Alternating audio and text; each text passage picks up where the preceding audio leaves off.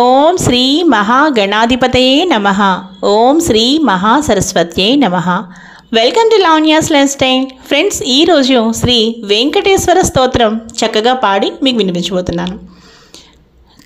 కమలాకుచూచుక కుంకుమతో నియతారుణితాతుల నీలతనో కమలాయతలోచనలోకపతే విజయీ భవ వెంకటశైలపతే సచతుర్ముఖ షణ్ముఖ పంచముఖ ప్రముఖాఖిల దైవతమౌళిమణే శరణాగత వత్సల సారనిదే పరిపాలయ మాం వృషశైలపతే అతివేలతయా తవ దుర్విషహైరనువేళ కృతైరపరాధసతై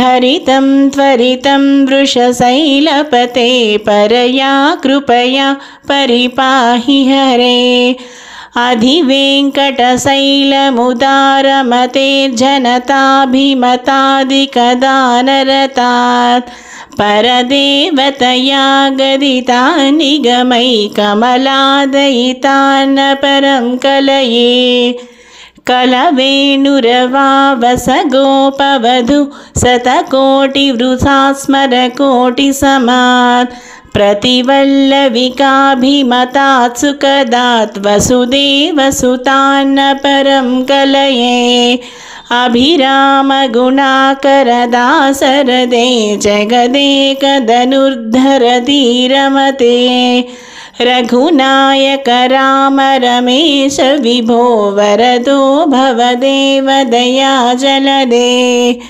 अवनीतनया कमनीयकरं रजनीकरचारुमुकाम्बुरुहं रजनीचरराजतमोमिहिरं महनीयमहं रघुराममये सुमुखं सुहृदं सुलभं सुखदं स्वनुजं च सुखाय ममोघसरम् अपहाय रघुद्वहमन्यमहं न कथञ्चन कञ्चन जातु भजे विना वेङ्कटेशं ननादो ननाद सदा वेङ्कटेशं स्मरामि स्मरामि हरे वेङ्कटेश प्रसीद प्रसीद प्रियं वेङ्कटेश प्रयच्छ प्रयच्छ विना वेङ्कटेशं ननादो ननाद सदा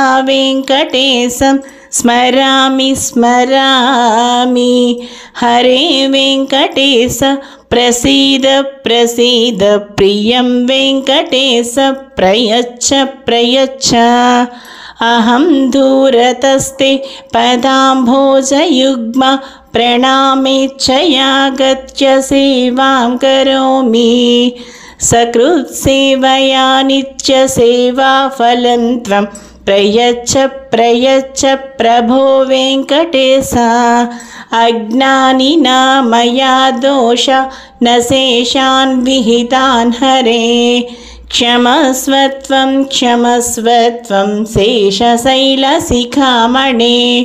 अज्ञानिना मया दोष न शेषान् विहितान् हरे क्षमस्वत्वं क्षमस्वत्वं शेषशैलशिखामणे सर्वं श्रीकृष्णार्पणमस्तु. श्री वेंकटेश्वर स्तोत्रं संपूर्णम्.